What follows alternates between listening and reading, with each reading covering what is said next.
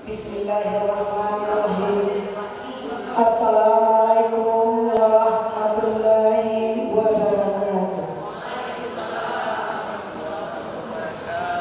Alhamdulillahirabbil alamin. Wassalatu wassalamu ala asrofil anbiya'i wal mursalin wa ala alihi wa sahbihi Rasulullah ajma'in. Amma ba'du.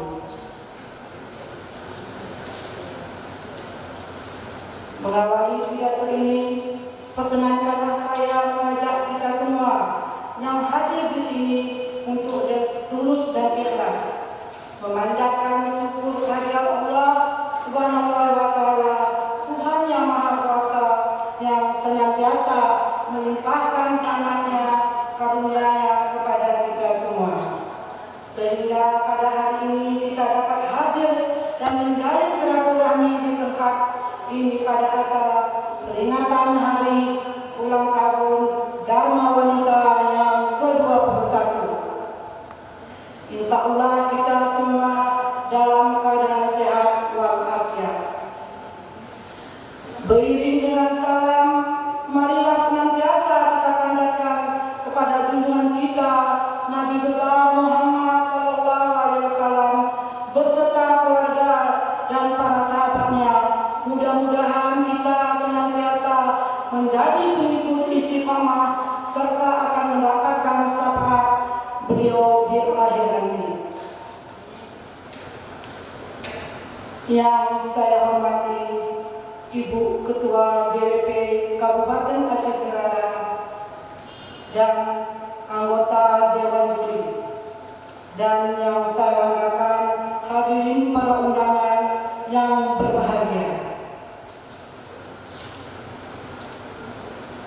Adapun tema diusung pada lomba pidato pada tahun ini yaitu peran wanita dalam pembangunan bangsa.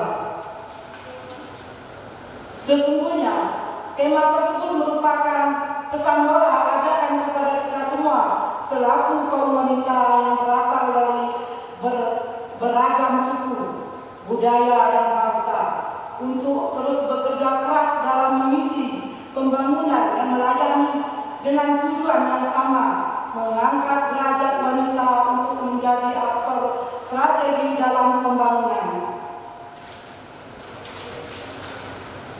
Tidak hanya pembangunan di desa-desa, tapi juga pembangunan nasional yang dapat mengubah kehidupan masyarakat Indonesia menjadi lebih baik dan sejahtera. Keadaan wanita, status wanita dewasa dipengaruhi oleh masa lampau. Praktek hidup sehari-hari inilah yang menjadi kunci mengapa peran wanita dalam kehidupan masyarakat dan negara mengalami kelemahan. Rendahnya keterwakilan perempuan secara kuantitatif dalam lembaga politik normal. Inilah kemudian yang mendorong mereka belakangi lahirnya berbagai macam tuntunan agar peran wanita lebih diberi ruang dalam berpartisipasi, menyertakan wanita dalam proses pembangunan. Bukanlah berarti hanya sebagai suatu tindakan yang dipandang dari sisi humanisme belaka. Namun perannya yang dilakukan oleh wanita dalam kesetaraan berbidang pembangunan merupakan tindakan dalam rangka mengangkat harkat serta kualitas dari wanita itu sendiri. Keterlibatan kaum wanita menjadi syarat mutlak dalam upaya mewujudkan pembangunan berkeadilan negara. Tidak mungkin sejahtera tidak para wanita dibiarkan tertinggal, tersisih dan tertindas. Seperti yang pernah saya baca dalam satu berita diungkapkan oleh People Kanada bahwa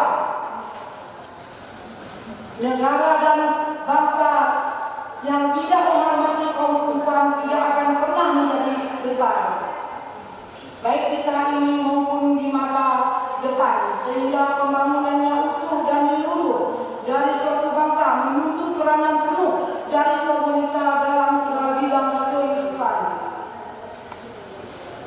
Para dewan juri serta lomba dan undangan yang berbahagia, sebagaimana yang kita ketahui bersama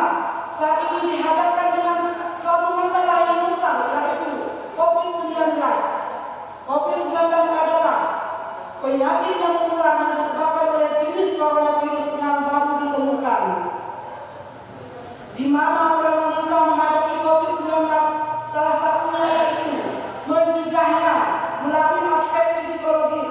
Disinilah para wanita diperlukan.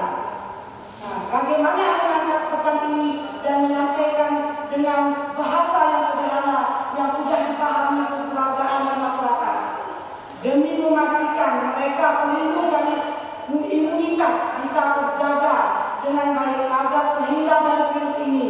Jika satu keluarga terlindungi, akan banyak keluarga terselamatkan. Seiring dengan ini, wanita juga bisa membantu banyak hal, di antaranya menghentikan berita-berita hoax soal COVID-19, membagikan berita-berita resmi dari pemerintahan atau organisasi resmi. Bagi yang berkecukupan bisa dengan menggalang untuk pengadaan APD yang disumbangkan kepada profesi kesehatan, atau yang baru-baru ini kita lakukan yaitu membagi masker untuk para penjual warung, pekerja dan lain-lain yang